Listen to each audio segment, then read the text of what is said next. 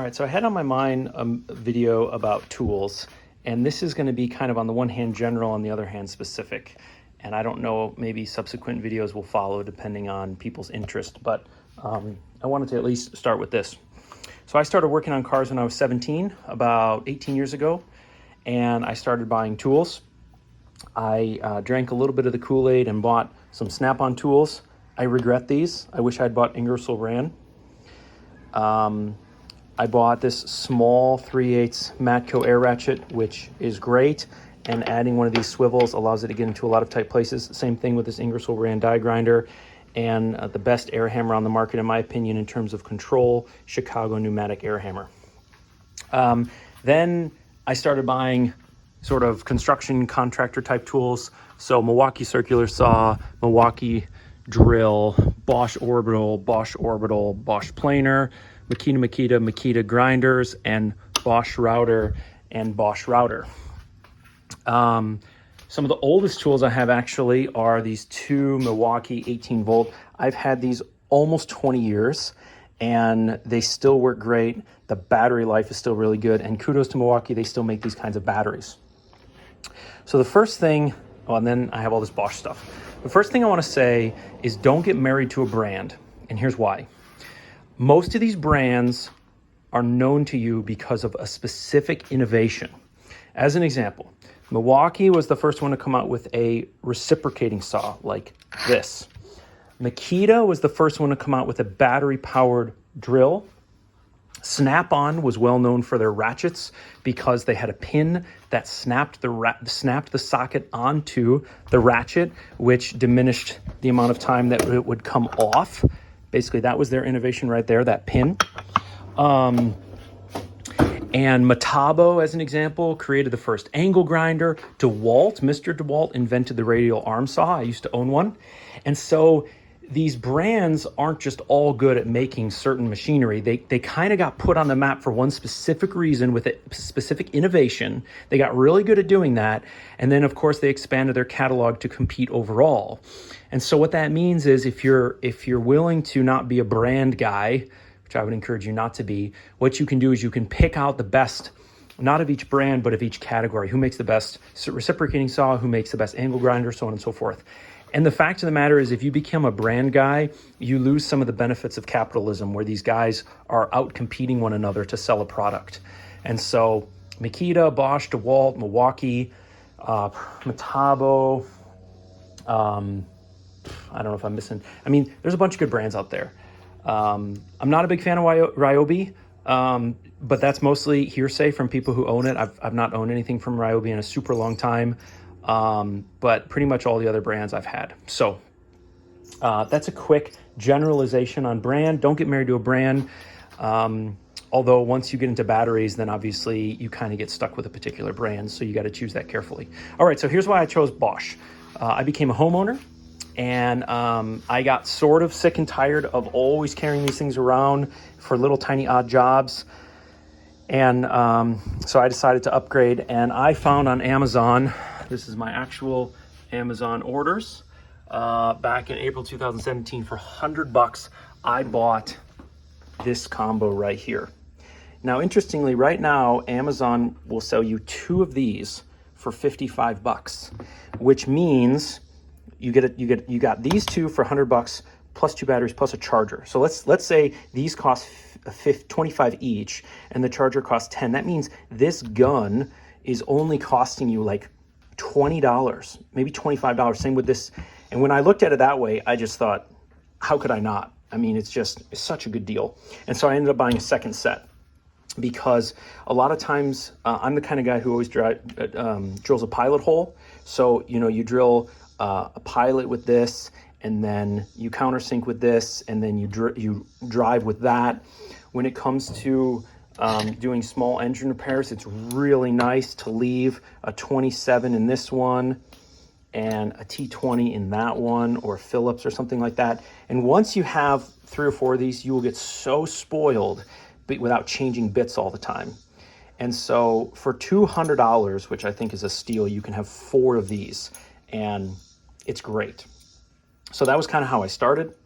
Then My dad bought me this reciprocating saw once for Christmas. My sister bought me this impact driver.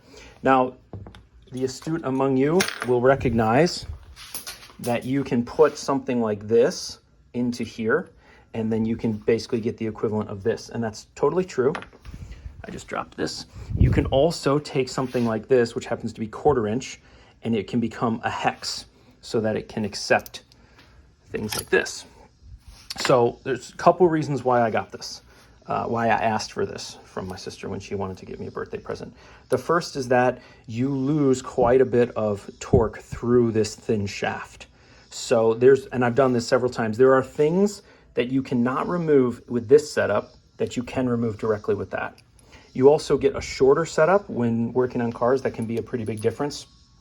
And you also, the socket doesn't fall off as much because it's not wobbling off of this thing.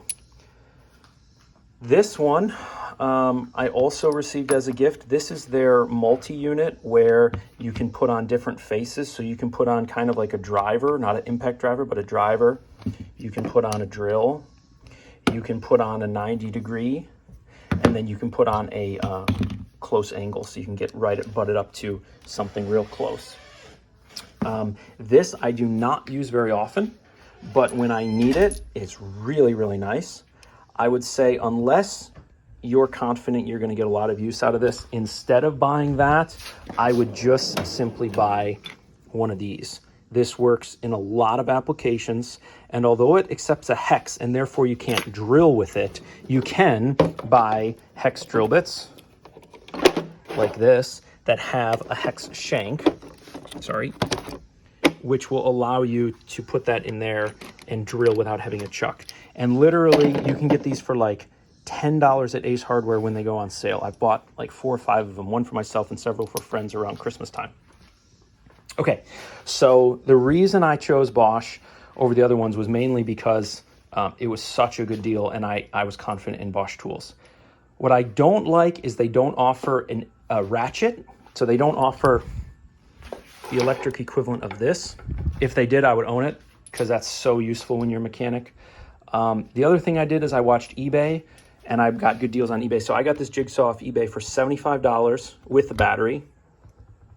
My dad bought this drill for my youngest son as a bare tool. I think it was like $40. And then because I have several extra batteries, my son just uses my batteries, of course. But the 12 volt stuff has come, the 12 volt lithium ion stuff has come so far compared to what used to be available kind of in this era. This is kind of the beginning of the modern era with lithium ion stuff. Before that, it was NiCad. This is kind of the beginning of the new era. And the 12 volt stuff is so powerful. It's so small and convenient. You can take more with you in a tool bag. And it's just a lot more convenient than those guys. Now, there is a time and a place for this. Specifically, this one's a hammer drill. So there's a time and a place for that. But the 12 volt stuff is what I use regularly. So I've been very happy with this. This system is basically 6 years old. This stuff's a little bit newer than that. I really like them. Now, full disclosure, my dad has the 12 volt Milwaukee setup. And when he comes to visit me and uses mine, he says he doesn't like them. He doesn't like the Bosch stuff as much as the Milwaukee stuff. Ironically, when I go to his house to use the Milwaukee stuff, I don't like it as much. I particularly dislike Milwaukee's multi-head deal because it has this extra sort of fancy-looking enclosure that goes around the grip to make it look like something from Festool, I guess. I don't own anything from Festool, by the way. That's a whole nother level, I think. But anyway, the Bosch name is big in Germany, where I lived, but it's less big here, and so they have to compete with Makita and Milwaukee and DeWalt and all those other guys. And because they have to compete, they lower their prices. And so I think you get a really good deal on German designed, and I don't think they're manufactured. I think they're manufactured in Romania. But yeah, so this is basically, let's say, a 6-year review. I think for $200 to get this set up is an absolute steal. It's a no-brainer. You'll be so grateful when you're not constantly changing bits. And the other thing to remember about these things is that in the long run, what's gonna probably fail you is the batteries. And the batteries to buy on their own almost become cost prohibitive. And eventually the batteries become very rare and difficult to find. And so these tools will probably outlast the batteries. And what that means is if you can buy a set like this for $100 and it comes with 2 batteries, that's only a little bit more expensive than just buying 2 batteries outright. And so you almost get these, not quite for free, but quite for a good deal. And so even if you're not using all 4 of these at the same time regularly, you got 2 extra batteries out of the deal. And in the end, that's probably what you're gonna want and need as a user in 20 years, if you're still hoping to use these like I am in 20 years. So yeah, oh, I guess the last thing I forgot, I have this flashlight too. So this has been really useful. And it's 1 more battery as well. So watch Amazon for the deals. The prices seem to fluctuate on these things. I've bought the kit. I bought this kit for $104, but I've seen it as high as like $189. And I'm not talking about the brushless version. I'm talking about the same one that just the price was more expensive. Watch for eBay. Watch for someone who's getting rid of a bunch, a whole set, and zoom in real good on the pictures. See if they just beat the crap out of them or if they're in pretty good shape. But I've had no problems with any of these things. I'm really happy with them. And that's my 6-year review. And my general comments to brands and tools: don't get married to a brand. Be a wise shopper. Consider the competition. Don't get stuck with one color. That's just nonsense. All right, folks, take care. If you didn't like this, go check out Project Farm. There's a guy over there named Todd. He buys stuff and reviews it, and he doesn't take any stuff for free from manufacturers. Very unbiased guy, so far as I can tell. I really appreciate his style and his authenticity, and I've bought a few things based on his recommendations. So give this a thumbs down. Go see Todd. Have a great day.